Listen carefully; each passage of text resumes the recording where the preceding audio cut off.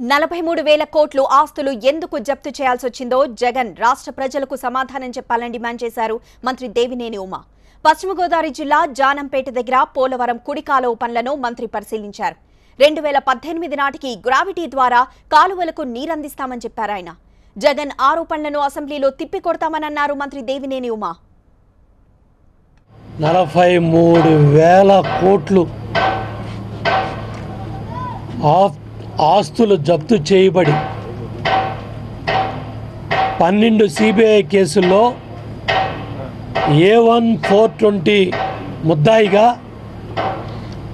ఈ రాష్ట్ర ప్రతిపక్ష నాయకుడిగా రేపు నూతన అసెంబ్లీలో నువ్వు కాలు పెడతా ఉంటే గాంధీ మహాత్ముడు చూస్తూ ఉన్నాడు. డాక్టర్ బిఆర్ అంబేద్కర్ గారు రాజ్యాంగం రాసేటప్పుడు కూడా ఇలాంటి అవినీతి పరుల గురించి ఆయన పాపం ఆలోచించలా. ఇటువంటి వాళ్ళు వస్తారు ప్రతిపక్ష నాయకులు, కానీ ఎప్పుడు ఆలోచన చేయలే.